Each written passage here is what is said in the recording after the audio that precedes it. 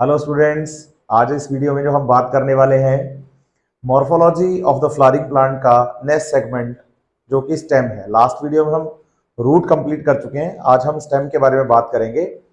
Basically सबसे पहले आपको ये समझना पड़ेगा कि भाई स्टेम और रूट के बीच में सबसे पहला डिफरेंस है क्या। जब आप एनसीईआरटी से पढ़ना शुरू करेंगे, एनसीईआरटी सबसे पहली लाइन ये पूछती है स्टेम के अंदर कि भाई रूट से आप स्टेम को डिफरेंशिएट कैसे करते हैं, तो उसी पे बात करेंगे। सबसे पहले आप बताइए कि जैसे हम एक स्टेम के बारे में बात करें तो सबसे पहले तो हमें ये समझना पड़ेगा कि प्लांट का जो फॉर्मेशन है बच्चे वो सीड से होता है, और सीड के अंदर ये कौन प्रेजेंट है, तो हम कहते हैं कि भाई सीड में ये एम्ब्रियो है, जिसके अंदर एम्ब्रियोनल एक्सिस के ऊपर जो टिप वाला पार्ट होता है इसको हम प्लूम्यूल कहते हैं, और जो ये इसका बेस वाला पार्ट है इसको हम रेडिकल कहते हैं। तो सबसे पहली बात तो ये है कि जो स्टेम का फॉर्मेशन है वो सीड में प्लूम्यूल से होता है। सीड जर्मिनेशन होगा तो जर्मिनेशन के दौरान प्लूम्यूल जो है वो फॉर्मेशन करेगा किसका, स्टेम का। देखिए जब हम स्टेम की बात करते हैं तो आप बताएंगे कि जो स्टेम होता है बेसिकली प्लांट्स के अंदर वो एरियल स्ट्रक्चर है। जैसे ये नीचे की तरफ हम जो पोर्शन पढ़ रहे हैं बच्चे, ये पोर्शन तो रूट है,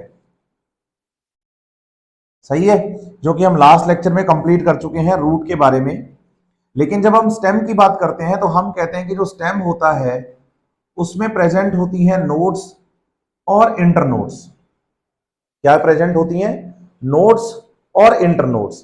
यहां इस बात का ख्याल रखिए बच्चे कि स्टेम पर जिन जगहों पर लीफ का फॉर्मेशन हो रहा है,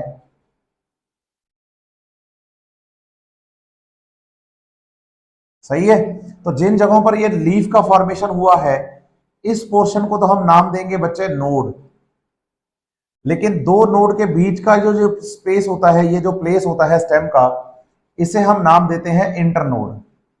आपको ये बात समझनी है कि जो स्टेम है इस पूरे पोर्शन को हम नाम दे रहे हैं बच्चे शूट, क्योंकि शूट के अंदर मेन जो पार्ट रहता है वो तो रहता है स्टेम, और स्टेम पर बियर होती है कौन, लीव्स। तो ये जो स्ट्रक्चर लीफ दिख रही है आपको, जिन जिन जगहों पर लीफ का फॉर्मेशन हुआ है उसको हमने बोला है नोड, और दो नोड के बीच का स्पेस जो है वो इंटरनोड है।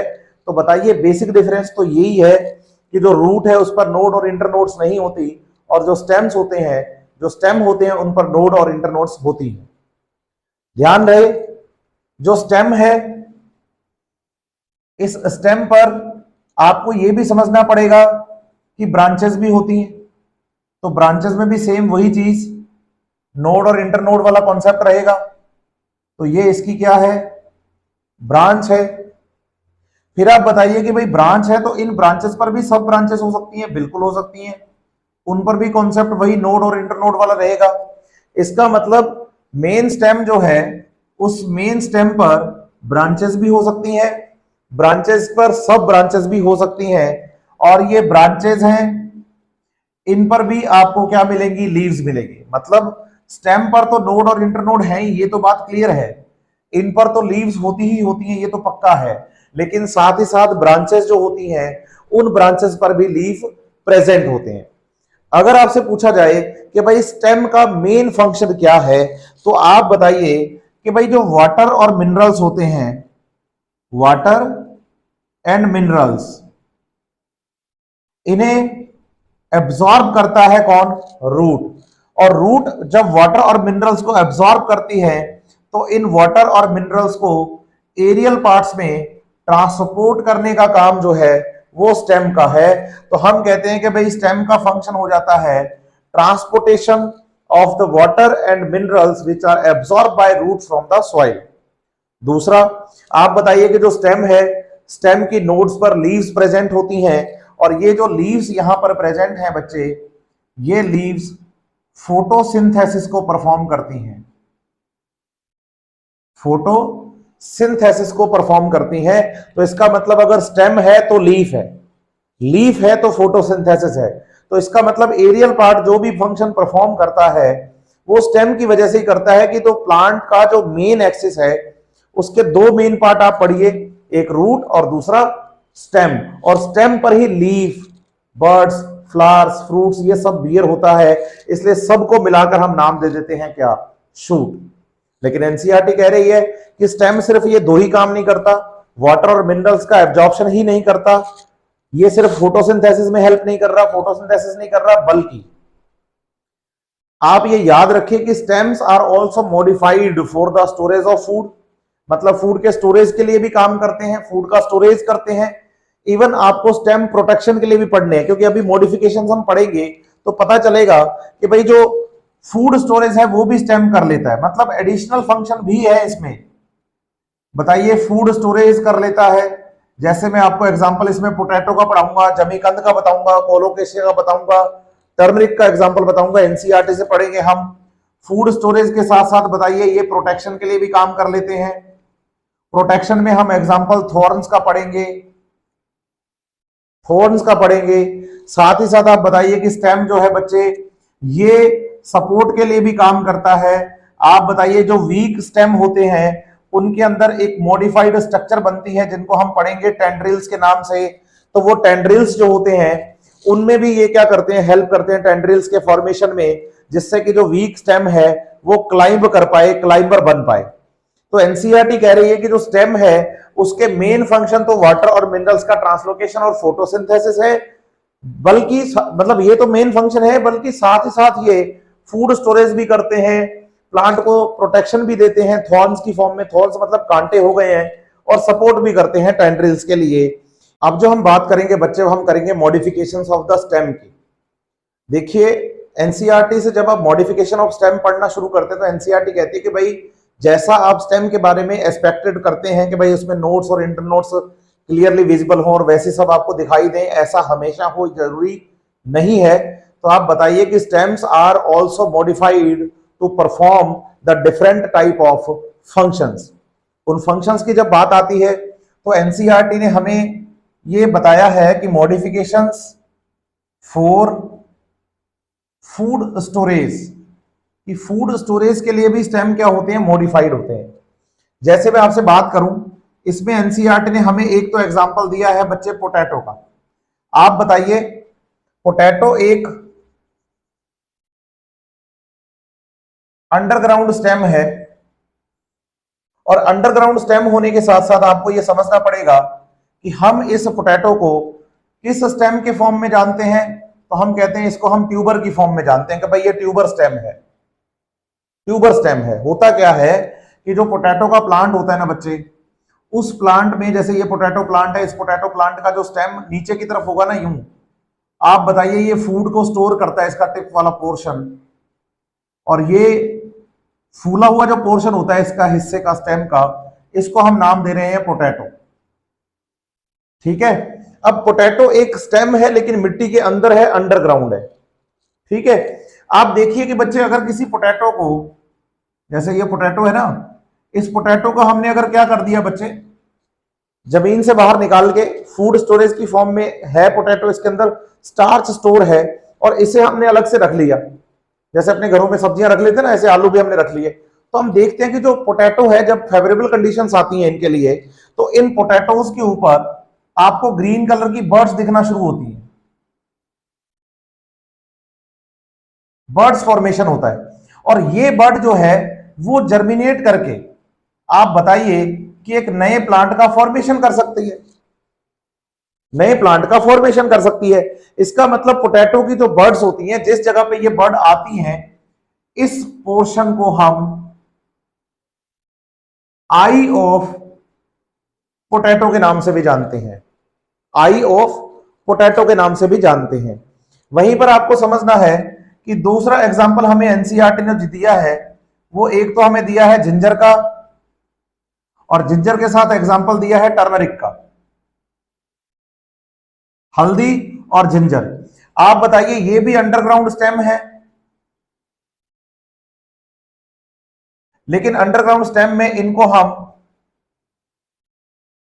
राइजोम की फॉर्म में जानते हैं। राइजोम क्या है कि भाई जैसे ये प्लांट है, ये अपर पार्ट हो गया प्लांट का, एरियल पार्ट, नीचे की तरफ जो स्टेम है ना बच्चे, वो हॉरिजॉन्टल ग्रोथ करे ऐसे, और इनकी जो बर्ड्स होती है वहां से ब्रांचेस निकल जाए।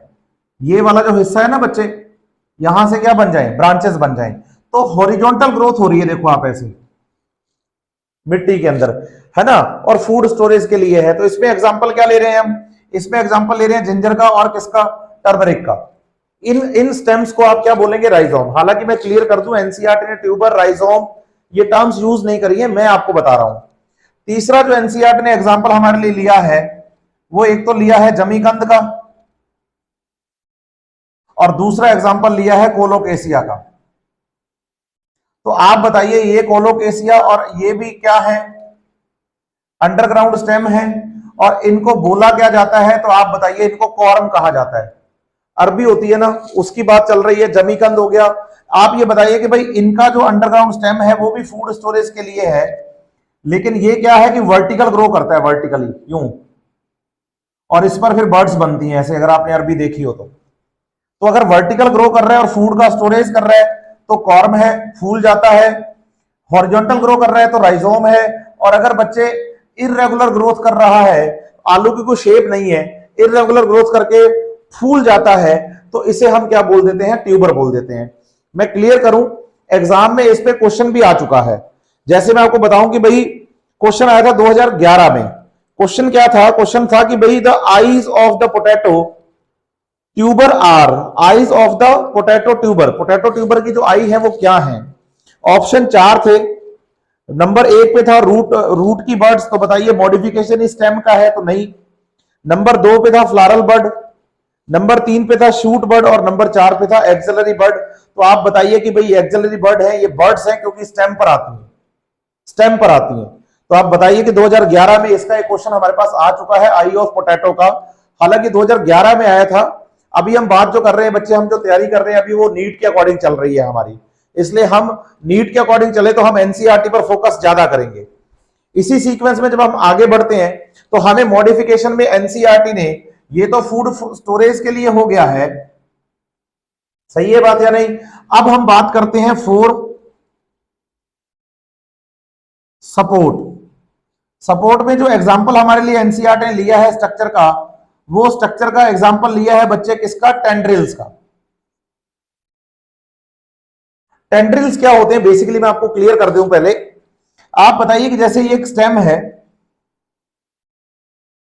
इस स्टेम की ये लीफ या ब्रांच इधर बन रही है, इस पे, इस जगह पे जो बर्ड निकलेगी ना, ये बर्ड, इस बर्ड को आप नाम देंगे एक्सिलरी बर्ड।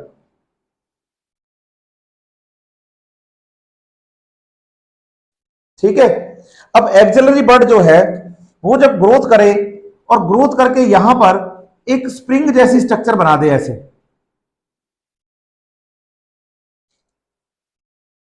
ठीक है। तो एक्सिलरी बर्ड जब एक स्प्रिंग जैसी स्ट्रक्चर बना देती है तो इसको हम क्या बोलते हैं, टेंड्रिल। अब ये एक्सिलरी बर्ड है किसकी, तो हम कहेंगे भाई एक्सिलरी बर्ड ये किसकी है, भाई स्टेम की है। इसलिए हम टेंड्रिल्स जो पढ़ रहे हैं, इन टेंड्रिल्स को हम स्टेम टेंड्रिल के नाम से याद करेंगे, स्टेम टेंड्रिल के नाम से याद करेंगे। अब आप बताइए कि स्टेम टेंड्रिल का बेसिकली वर्क होता क्या है। तो आप बताइए कि जो स्टेम टेंड्रिल्स होते हैं बच्चे, वो प्लांट को क्लाइंबिंग में हेल्प करते हैं।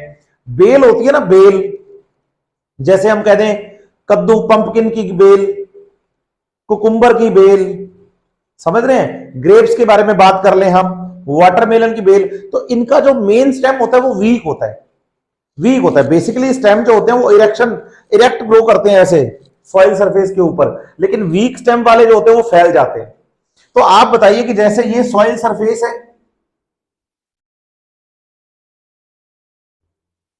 इस सॉइल सरफेस पर जो स्टेम था, वो स्टेम, जैसे ये रूट है स्टेम की, इधर तो बच्चे रूट है प्लांट की, और ये स्टेम यू फैला हुआ है ऐसे, लेकिन इस स्टेम पर अगर क्या बन रहे हैं, टेंड्रिल्स, तो क्लाइंबिंग में हेल्प मिलती है।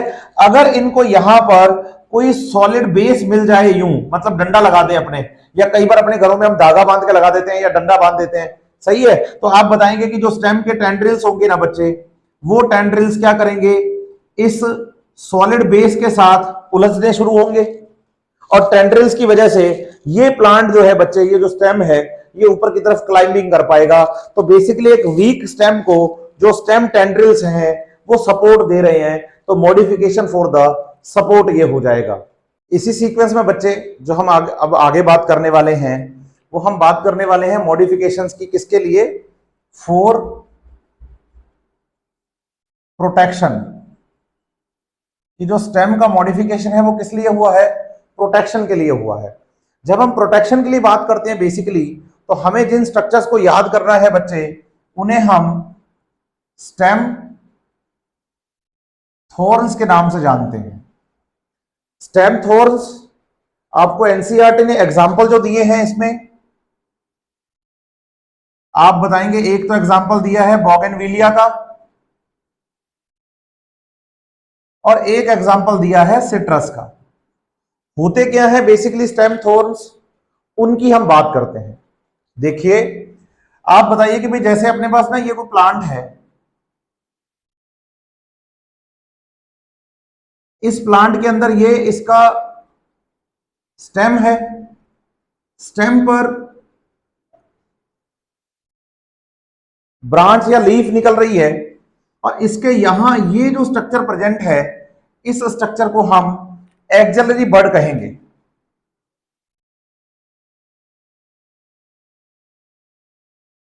एक्सिलरी बड कहेंगे। और बताइए कि फ्यूचर में यही एक्सिलरी बड जो है, यहां जो नोड है, इस नोड पर कन्वर्ट हो जाएगी एक पॉइंटेड हार्ड स्ट्रक्चर में, और इस पॉइंटेड हार्ड स्ट्रक्चर को हम नाम क्या देंगे? थॉर्न, जो कि प्रोटेक्ट करेगा ग्रेजिंग एनिमल से, कि जो एनिमल इनको आके खाते हैं ना बच्चे, तो उनसे इनको बचाएगा। तो इसलिए हम इनको कह रहे हैं कि भाई ये प्रोटेक्शन के लिए हो गए। बोगनविलिया और सिट्रस में कौन? स्टेम थॉर्न्स, जो कि एक्सिलरी बर्ड का क्या है? मॉडिफिकेशंस हैं। जैसा कि हम अभी स्टेम टेंड्रिल्स के बारे में पढ़ के आए थे कि वो भी मॉडिफिकेशंस हैं, ऐसी हम बात कर रहे हैं किसकी? स्टेम के थॉर्न्स की। जब हम आगे बढ़ते हैं तो नेक्स्ट हम बात करेंगे फोटोसिंथेसिस। मींस जो मॉडिफिकेशन हुआ है वो किसके लिए हुआ है? फोटोसिंथेसिस के लिए हुआ है। इसके लिए जो स्ट्रक्चर आपको याद करनी है, उसे आप नाम दीजिए फाइलोक्लेड।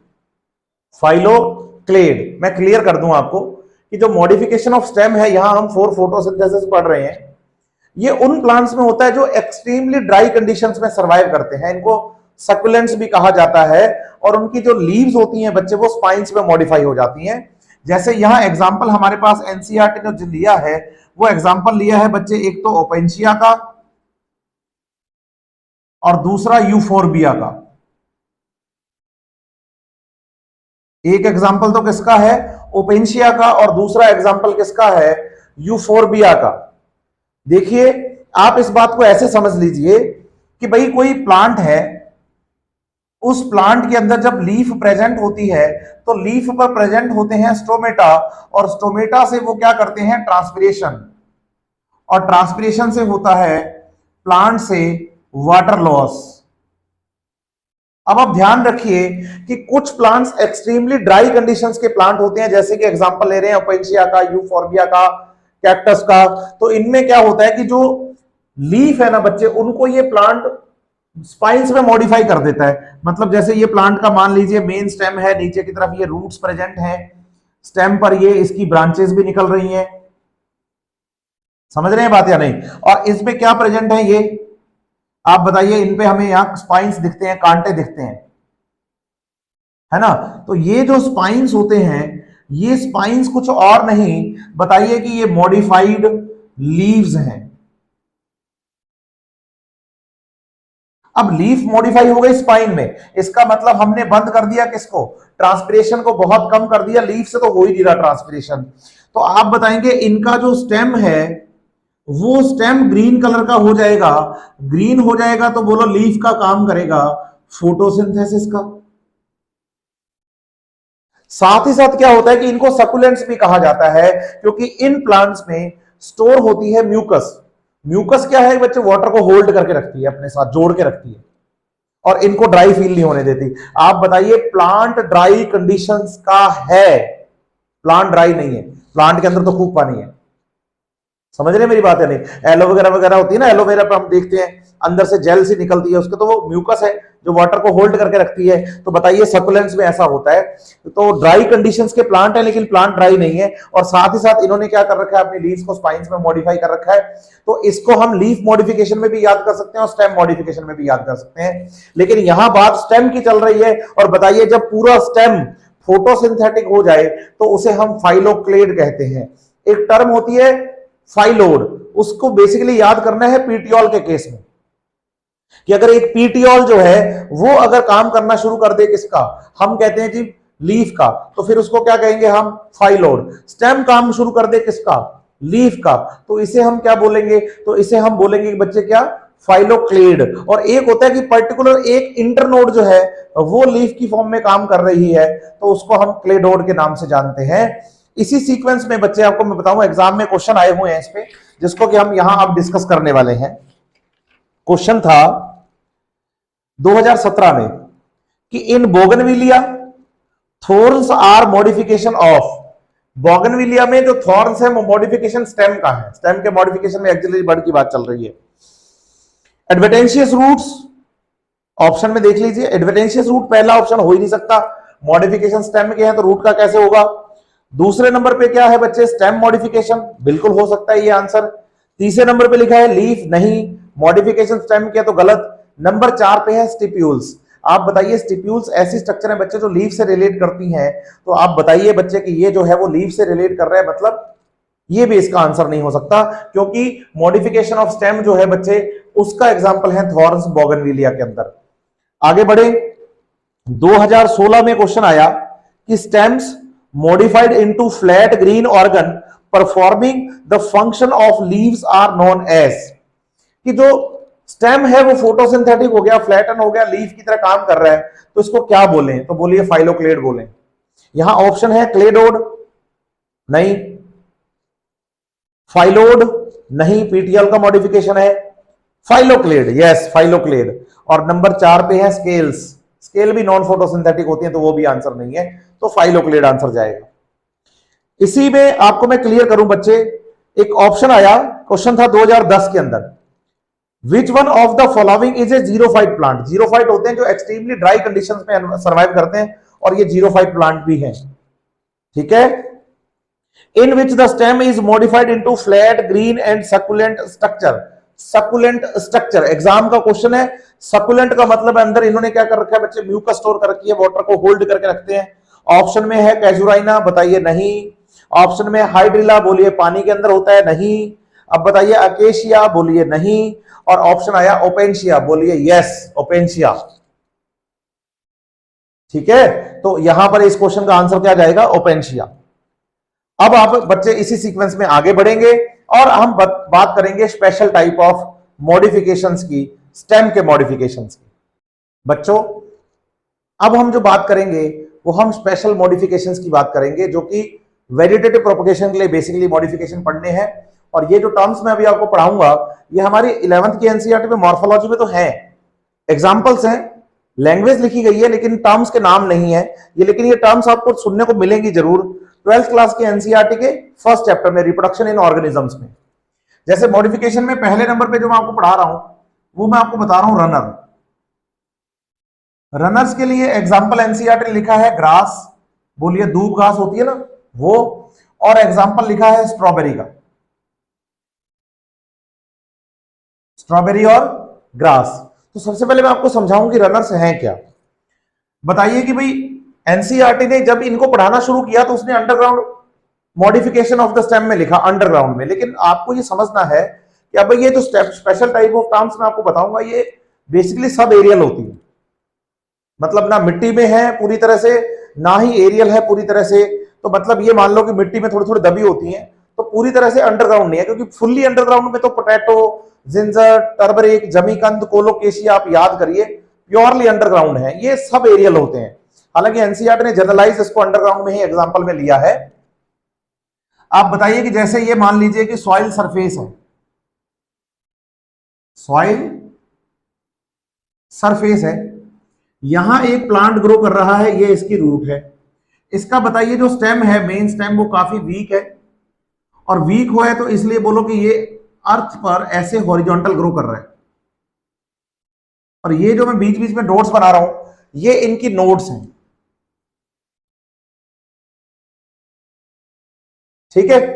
अब होता क्या है कि जैसे ये स्टेम है, इस स्टेम का जो हिस्सा सॉइल सरफेस को टच करता है वहां पर जो नोड्स होती हैं उन नोड्स से आप बताइए रूट्स बन जाती हैं। ये क्या बन गई है, रूट्स। और ऊपर की तरफ इनके ऊपर आप बताइए लीव्स आ जाती हैं। जो अपने पार्क में ग्रास देखते हैं ना बच्चे, धूप घास, वो सब यही है। तो इनमें ये ऊपर की तरफ क्या है, लीव्स है, नीचे की तरफ क्या है, रूट्स है, और बीच में ये जो ब्लू कलर में दिख रहा है ये क्या है, हम कहते हैं स्टेम है। तो इसको वेजिटेटिव प्रोपगेशन में भी पढ़ा जा सकता है। वेजिटेटिव प्रोपगेशन का मतलब होता है कि प्लांट बॉडी का कोई पार्ट जब एक नए प्लांट का फॉर्मेशन कर दे तो हम उसे वेजिटेटिव प्रोपगेशन कहते हैं। और आप बताइए कि यहां से अगर इन स्टेम्स को हटा भी दिया जाए, तोड़ दिया जाए, तो भी कोई कंफ्यूजन नहीं है, कोई प्रॉब्लम नहीं है, क्योंकि ये एक सिंगल स्ट्रक्चर अपने आप में एक नए प्लांट का फॉर्मेशन कर सकती है, एक न्यू प्लांट को बना सकती है, क्योंकि इसमें रूट, स्टेम और लीफ तीनों प्रेजेंट होते हैं। तो आप समझिए मेरी बात को कि जो रनर्स हैं बच्चे, वो बेसिकली ग्रास और स्ट्रॉबेरी का एग्जांपल लेकर आपको ऐसे बताने कि ये रनर्स हैं। नंबर 2 पे आप जो याद करेंगे वो याद करेंगे स्टॉलन्स को। स्टॉलन्स में एग्जांपल आप याद करिए, एक तो जैस्मीन का और दूसरा एग्जांपल याद करिए आप पेपरमिंट का। मैं आपको यहां क्लियर करना चाहता हूं, एनसीईआरटी ने आपको यहां मिंट भी लिख के दिया है, लेकिन मिंट को बेसिकली सकर्स में पढ़ा जाता है, लेकिन एनसीईआरटी क्या कि टर्म नहीं अभी यहां यूज की है मॉर्फोलॉजी के अंदर, तो इसका भी बेसिक डिफरेंस मैं आपको बताऊंगा। अभी आप ध्यान से सुन लीजिए एक बार। पहले हम क्लियर करते हैं कि स्टोलन्स होते क्या है ना। स्टोलन्स के बारे में आप बताइए कि जैसे मान लीजिए ये कोई प्लांट है, ये इसकी सॉइल सरफेस है, नीचे की तरफ ये भाई रूट है और ये इसकी नोड है, तो ये नोड है। तो एरियल पार्ट में इसकी नोड से बताइए एक ब्रांच का फॉर्मेशन होता है, ये इस पे एक ब्रांच है। बताइए जब ये ब्रांच ग्रो करती है तो ग्रो करते करते इसका जो स्टेम होता है इतना हार्ड नहीं होता, वीक होने की वजह से वो नीचे की तरफ झुक जाता है, और जहां ये नीचे की तरफ झुक जाता है तो जिस हिस्से से ये सॉइल सरफेस से टच करता है वहां से नई रूट्स का फॉर्मेशन कर देता है।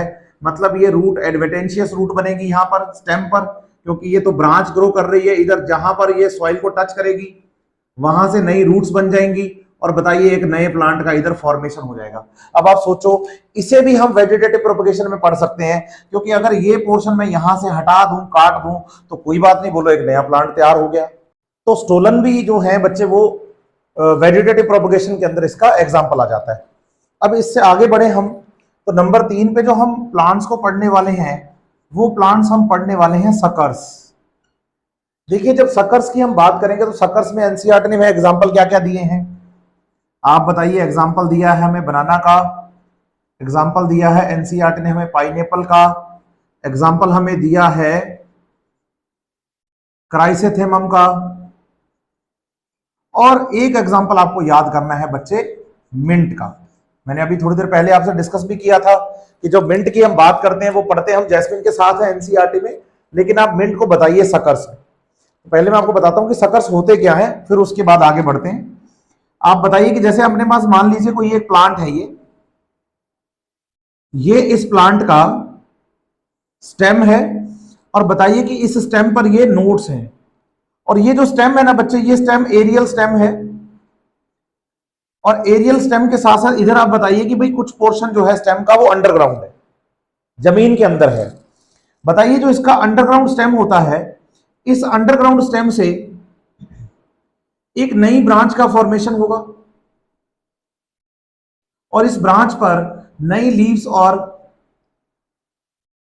ब्रांचेस बनेंगी एरियल पार्ट में। लेकिन ये स्टेम का जो ओरिजिन हुआ है, ब्रांच का जो फॉर्मेशन हुआ है, वो तो नीचे अंडरग्राउंड एरिया से हुआ है ना बच्चे, जो स्टेम प्लांट का अंडरग्राउंड था वहां से हुआ है ना।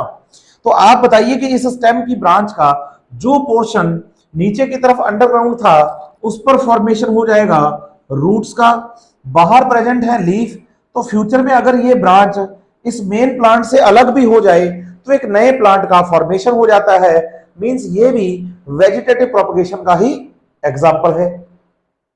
देखिए अगर आपसे एक सिंपल बात में क्वेश्चन आता है, स्टेटमेंट आती है कि in some plants the stem is aerial, after some time touch to the surface of the soil and form a new plant for example jasmine and mint। तो आप इसको ठीक कर देना, क्योंकि एनसीईआरटी में ऐसा ही लिखा गया है, क्योंकि एनसीईआरटी में मॉर्फोलॉजी के अंदर जैस्मिन और मिंट को बच्चे स्टोलन और सकर्स में डिफरेंशिएट नहीं किया गया है। लेकिन जब आप वेजिटेटिव प्रोपगेशन वाला चैप्टर पढ़ते हैं, फर्स्ट चैप्टर है बच्चे 12th की एनसीईआरटी का, तो इन वर्ड्स के बीच में, स्टोलन और सकर्स के बीच में आपको बेसिक डिफरेंस पता चल जाएगा। इसी सीक्वेंस में नंबर 4 पे जो हम पढ़ने वाले हैं वो हम पढ़ने वाले हैं ऑफसेट्स को। बताइए, जब हम ऑफसेट्स की बात करते हैं तो इसमें एग्जांपल एक तो हमें याद करना है आइकॉर्निया का,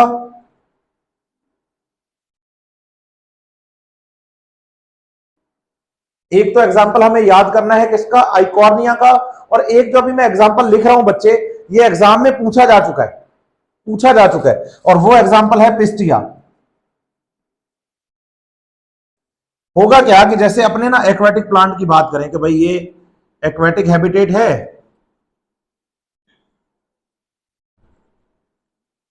बोलो वाटर है, इसमें कोई प्लांट है, इस प्लांट का स्टेम यहां ग्रो कर रहा है पानी की सरफेस पर, और ये इसकी नोड और इंटर नोड्स हैं। तो बताएंगे कि ये जो नोड वाला पोर्शन है इसमें नीचे की तरफ तो रूट बनेगी और ऊपर की तरफ लीफ बनेगी। ऐसे इधर वाली ब्रांच की जो नोड होगी इस पर भी यहां रूट्स बनेगी, ऊपर की तरफ लीफ बनेगी, इधर भी रूट बनेगी, ऊपर की तरफ लीफ बनेगी। सेम कंडीशन है, सेम कंडीशन। तो आप बताइए ब्रांचेस पर लगातार नई क्या आती जा रही है, रूट्स, है ना। तो फ्यूचर में अगर ये यहां से एक दूसरे से अलग भी हो जाएंगे तो आप बता दीजिए बच्चे कि भाई अलग भी हो जाएंगे तो पर्टिकुलर ये जो यूनिट है वो अपने आप में एक नए प्लांट का फॉर्मेशन करती है, और पानी की सरफेस पर जो हॉरिजॉन्टल ग्रो करता है स्टेम और उसकी नोड से निकलने वाली बच्चे रूट्स और ऊपर की तरफ लीव्स हैं। तो आप बताइए बच्चे, ऐसे स्टेम को हम ऑफसेट्स कहते हैं, और ऑफसेट्स भी वेजिटेटिव प्रोपगेशन के लिए ही बनते हैं। तो basically special type of modifications किसके लिए है, तो हम बताते हैं कि special type of modification vegetative propagation के लिए है। यहां वेजिटेटिव प्रोपगेशन की बात हो रही है तो मैं एक बात ऐड और करना चाहूंगा जो कि एनसीईआरटी के अकॉर्डिंग ही है। जब आप मॉडिफिकेशन ऑफ द स्टेम शुरू करते हैं for the storage of food के लिए, तो वहां स्टोरेज ऑफ द फूड के लिए एनसीईआरटी ने हमारे लिए एग्जांपल रखे हैं। फॉर स्टोरेज ऑफ फूड के लिए एनसीईआरटी ने हमारे लिए एग्जांपल रखे हैं पोटैटो, जिंजर, जमीकंद, कोलोकेशिया, टर्मरिक। ये एग्जांपल्स जो हैं इनके बारे में एनसीईआरटी ने एक टर्म यूज करी है, आपको समझना है, बोलो ऑर्गन ऑफ पेरिनेशन। इसे मैं समझाता हूं क्या है। ये भी वेजिटेटिव रिप्रोडक्शन से ही रिलेट करती है। ऑर्गन ऑफ पेरिनेशन का मतलब यहां पर यह हुआ कि जो फूड स्टोर किया गया पोटैटो में, जिंजर में, जमीकंद में, कोलोकेशिया में या टर्मरिक में, वो फूड स्टोर इसलिए किया गया था कि फ्यूचर में जब कंडीशंस एडवर्ज होंगी तो इस स्टोर फूड का यूज करते हुए हम फ्यूचर में वेजिटेटिव प्रोपगेशन करके नए प्लांट का फॉर्मेशन कर लेंगे। मतलब आलू में जो फूड या स्टार्च स्टोर हुआ है इसलिए थोड़ी हुआ था कि हम उसके पोटैटो चिप्स बना के खाएंगे या दम आलू की सब्जी बना के खाएंगे, नहीं। वो इसलिए हुआ था कि भाई वो फूड स्टोर करके रखे और फ्यूचर में जब कंडीशन दोबारा फेवरेबल हो एडवर्स के बाद तो वो स्टोर फूड का यूज करते हुए वेजिटेटिव बर्ड्स को ग्रो करवाए और नए प्लांट का फॉर्मेशन करे। इसलिए इसको ऑर्गन ऑफ पेरिनेशन कहा जाता है। पेरिनेशन का मतलब है लंबे टाइम तक सर्वाइवल की बात है। तो ये भी एनसीईआरटी ने मेंशन किया है, प्लीज आप इसको भी ध्यान रखिएगा। अब इसके लिए मैं आपके लिए एग्जाम के प्रीवियस के आए हुए क्वेश्चंस को मैं डिस्कस करता हूं बच्चे, जो कि हम यहां पर पढ़ने वाले हैं। बताइए प्रीवियस के क्वेश्चंस में अगर हम बात करते हैं तो हमें एनसीईआरटी पढ़ा रही है कि भाई vegetative propagation in pistia occurs by. आप बताइए कि ये ऑफसेट्स का एग्जांपल है पिस्टिया के अंदर। यहां ऑफसेट्स में वेजिटेटिव प्रोपगेशन की हमने बात करी है कि स्टेम का जो ब्रांच होता है वो अगर अलग हो जाए बच्चे तो एक नए प्लांट का फॉर्मेशन हो जाता है। अभी अभी हमने बात करी है ना। तो ऑप्शन में लिखा गया है ऑफसेट, रनर, सकर, स्टोलन। तो आप बताइए पिस्टिया किस में आएगा। तो हम कहते हैं पिस्टिया एग्जांपल है किसका, ऑफसेट्स का। तो आंसर हम इसका क्या देंगे, ऑफसेट्स। नेक्स्ट जो क्वेश्चन है बच्चे वो है कि ऑफसेट्स आर प्रोड्यूस्ड बाय, कि ऑफसेट कैसे प्रोड्यूस होते हैं। इसमें 4 ऑप्शन है, meiotic division, mitotic division, parthenocarpy, parthenogenesis. आप बताइए offsets are example of vegetative reproduction, है ना। और वेजिटेटिव रिप्रोडक्शन में माइटोटिक डिवीजन होता है, सीधा आंसर है माइटोटिक डिवीजन। मियोटिक इसलिए नहीं होगा क्योंकि गैमेट्स फॉर्मेशन में काम करता है। और पार्थेनोकार्पी और पार्थेनोजेनेसिस ये दोनों ही टर्म सेक्सुअल रिप्रोडक्शन से रिलेट करती हैं, इसलिए इनको भी पढ़ने की जरूरत बिल्कुल भी नहीं। इसलिए सीधा आंसर आएगा कि ऑफसेट्स वेजिटेटिव रिप्रोडक्शन से रिलेट करते हैं। तो बताइए कि माइटोटिक डिवीजन इसका आंसर होगा। 2015 में क्वेश्चन आया कि roots play insignificant role in absorption of water in, कि रूट्स जो होती हैं वो इनसिग्निफिकेंट रोल प्ले करती हैं एब्जॉर्प्शन ऑफ वाटर के लिए। तो याद करिए, सिग्निफिकेंट और इनसिग्निफिकेंट का मतलब है कि रूट है ही इसलिए, रूट इसके लिए नहीं है। रूट नहीं भी होते तो भी काम चल जाता। इनसिग्निफिकेंट का मतलब ये है। ऑप्शन में है व्हीट, सनफ्लावर, पिस्टिया और पी। आप बताइए, इसका सीधा आंसर जाता है पिस्टिया, क्योंकि पिस्टिया जो है बच्चे वाटर में ग्रो करता है। वाटर में ग्रो करता है तो आप बताइए कि रूट का जो मेन फंक्शन होता है वो वाटर और मिनरल्स को सॉइल से एब्जॉर्ब करके एरियल पार्ट को ट्रांसपोर्ट करना ही तो होता है। आप बताइए, प्लांट ऑलरेडी पानी में ग्रो कर रहा है, इसको पानी में रूट डेवलप करने की इतनी ज्यादा जरूरत नहीं है जितना कि सॉइल में जरूरत है हमें। इसलिए बाकी ऑप्शन देखो, व्हीट है, सनफ्लावर है, पी है, ये तीनों ही सॉइल में ग्रो करते हैं और सॉइल में वाटर और मिनरल्स को एब्जॉर्ब करने के लिए रूट डेवलप चाहिए, इसलिए इस क्वेश्चन का आंसर भी पिस्टिया जाएगा। इसी सीक्वेंस में लास्ट क्वेश्चन है, एन एग्जांपल, 2014 का क्वेश्चन है, an example of edible underground stem is. ये क्वेश्चन मैं सबसे लास्ट में इसलिए ले रहा हूं क्योंकि रूट और स्टेम का मिक्स क्वेश्चन है बच्चे, मिसलेनियस है। अब बताइए, an example of the edible underground stem is. Option में कैरेट, ग्राउंडनट, स्वीट पोटैटो और पोटैटो ऑप्शन में है। तो आप बताइए, कैरेट और स्वीट पोटैटो जो है ना बच्चे वो तो रूट है और ग्राउंडनट फ्रूट है, तो बचा कौन? पोटैटो। पोटैटो अंडरग्राउंड स्टेम में आता है और एडिबल होता है, इसलिए इस क्वेश्चन का सीधा आंसर क्या जाएगा? Potato, fourth option. तो बच्चे यहां हमने मॉर्फोलॉजी इन फ्लावरिंग प्लांट्स में स्टेम के बारे में डिस्कशन कर लिया है। अब हम जो नेक्स्ट वीडियो आपके लिए लेके आएंगे बच्चे, उस वीडियो में मैं आपको पढ़ाऊंगा लीफ के बारे में, फिर उसके बाद में पढ़ाऊंगा आपको फ्लावर, फ्रूट और सीड, और फाइनली फैमिलीज पर आएंगे। तो आप बढ़िया से बच्चे एनसीईआरटी पढ़ते रहिए, क्वेश्चन प्रैक्टिस करते रहिए और 7 मई का एग्जाम देकर और आप इस बार मेडिकल कॉलेज में चले जाइए। Best of luck.